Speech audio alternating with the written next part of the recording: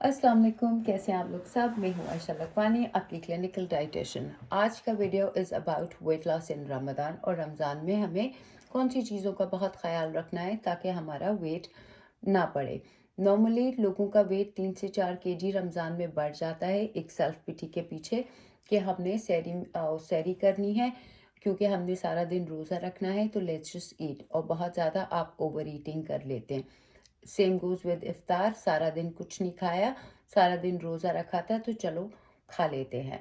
और बहुत ज़्यादा बदहज़मी और इन चीज़ों की शिकायत होती है। तो कोशिश करिए कि जो मैं आपको स्टेप्स बता रही हूँ आप उस पे अमल करें, ना ही आपको बदहज़मी होगी, इंडाइजेशन होगी और आपका वेट भी कम होगा और आपका पेट भी भरा रहेगा। नंबर 1 हम लोग बात करते हैं हाइड्रेशन की। सहरी में बहुत ज़्यादा पानी पीने का कोई तुक नहीं बनता। आप 2 ग्लास 3 ग्लास पी लें पानी के, दैट्स इनफ। इवेंचुअली ये 2-2 लीटर पानी पी देने से the water is going to come out, you will go to the restroom, so there is no point.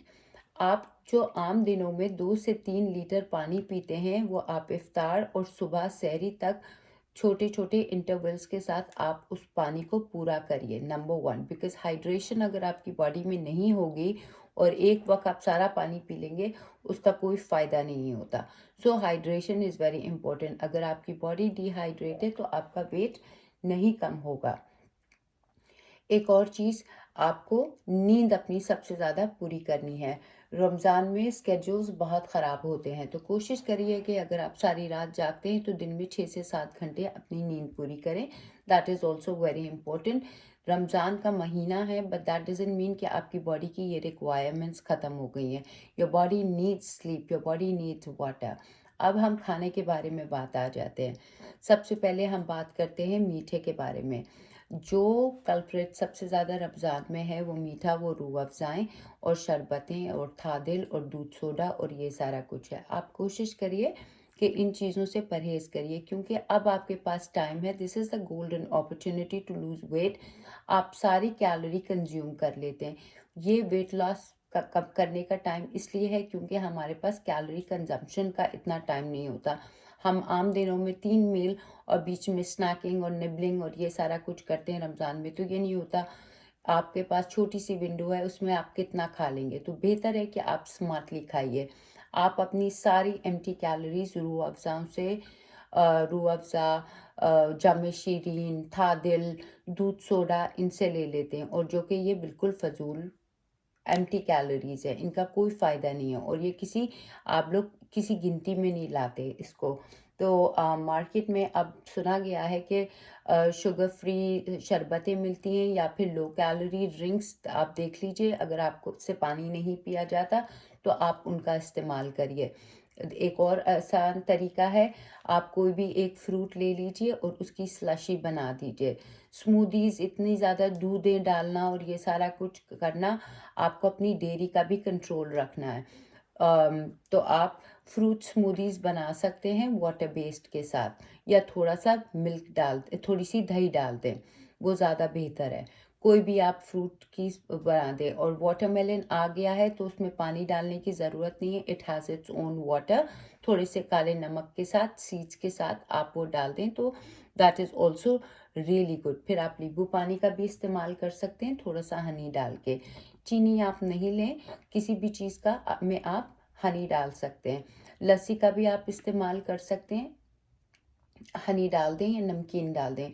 सुबह सवेरे अगर आप नमकीन लस्सी लेते हैं और ये चीनी लेते हैं, उससे भी आपको बहुत प्यास लगती है। तो कोशिश करिए कि सुबह आप पानी पिएँ, ज़्यादा से ज़्यादा। नमकीन लस्सी और मीठी लस्सी से भी आपको प्यास लगती है। दही का इस्तेमाल करिए सहरी के टाइम पे, उससे आपको प्यास ख़त्म होती है दही से। फिर आपने सेकंड पॉइंट हमारा थर्ड पॉइंट हमारा शुगर हो गया, तो आपको चीनी का कम इस्तेमाल, शरबतें नहीं लेनी और आपने शुगर फ्री शरबत या फिर कोई और लो कैलोरी ड्रिंक या फिर वाटर के साथ स्मूदी या दही के साथ स्मूदी या फ्रूट स्लशीज़ आप ले सकते हैं। फिर एक और चीज़ जिसकी वजह से बहुत ज़्यादा वेट गेन होता है वो deep fried item. Deep fried item एक ऐसी चीज़ है कि उसका आप जितना भी हिसाब लगाएं, आप कैलोरी उसकी नहीं काउंट कर सकते। It all depends upon the oil, because जब आप पकोड़े, समोसे और ये सारी चीज़ें तेल के अंदर डालते हैं तो वो बहुत ज़्यादा तेल को एब्जॉर्ब कर लेते हैं। There is no way you can count कि उसमें कितनी कैलोरीज हैं, और यहाँ पे आपकी सारी हिडन कैलोरीज चली जाती हैं। अगर आपको खाने भी हैं समोसे पकोड़े, तो आप एयर फ्रायर का इस्तेमाल करिए, शैलो फ्राई करिए या बेक करिए। इन इस तरीके से आप खा सकते हैं।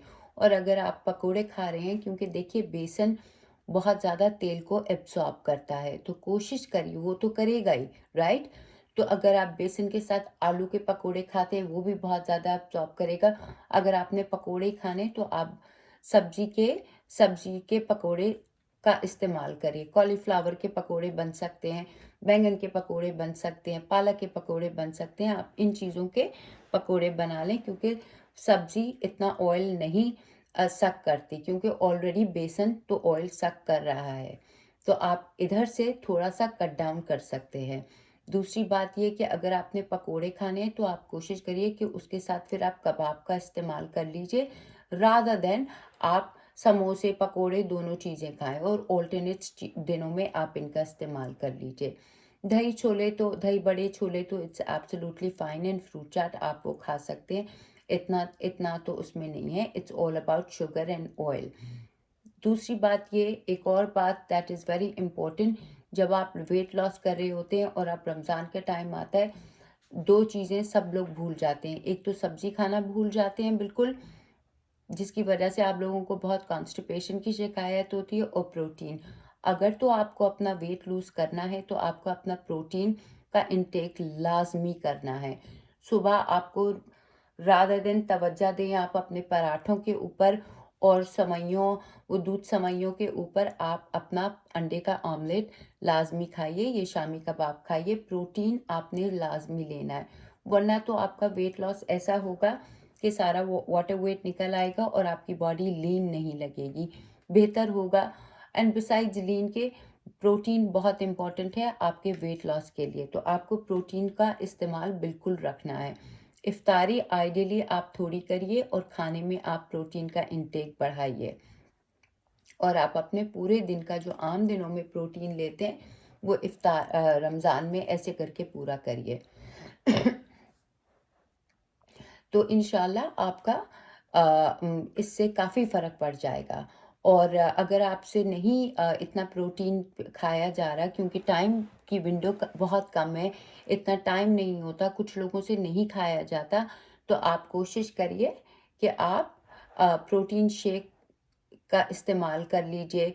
नट्स आप ज़रूर खाएं, सहरी में आप नट्स ज़रूर खाएं, क्योंकि जितना आप फ़ैट खाएंगे, हेल्दी फ़ैट, क्योंकि यही होता है कि आप लोग फ़ैट बिल्कुल छोड़ देते हैं। तेल भी फ़ैट है और नट्स भी फ़ैट है। नट्स एक गुड फ़ैट है। नट्स अगर आप सुबह थोड़े बादाम, आ, चार आठ आ, 8 वॉलनट्स खा लिए, 10 से 12 बादाम खा लिए, तो आपको बहुत ज़्यादा आप सस्टेन रहेंगे, आपको भूख नहीं लगेगी। अच्छा फैट आपका पेट भर के रखता है। रादर दिन आप पराठा खाइए और ये खाइए। आप ज़रूर पराठा खाइए, अगर आपने पराठा खाना है तो यूज़ घी फॉर दैट, क्योंकि ghee is much better than all the other oils. I hope मेरी वीडियो आपको अच्छी लगे, because these are the tips that I want you to follow. Avoid sugar, all these sharbat and deep fried item. Deep fried item के लिए मैं दोबारा आपको जाते जाते बोल देती हूँ, आप या तो ओवन में बेक कर लीजिए, या फिर सैंडविच मेकर में भी पकोड़े बनते हैं, और या फिर शैलो फ्राई करिए, या फिर एयर फ्रायर में अपने समोसे और पकोड़ों का इस्तेमाल करिए। And I wish you all a very happy Ramadan, and may all our dreams and wishes come true, and and pray that this is a peaceful Ramzan for everybody. मुझे भी दुआओं में याद रखिएगा, मैं भी आपको दुआओं में याद रखूंगी। अल्लाह हाफिज़, लव यू ऑल।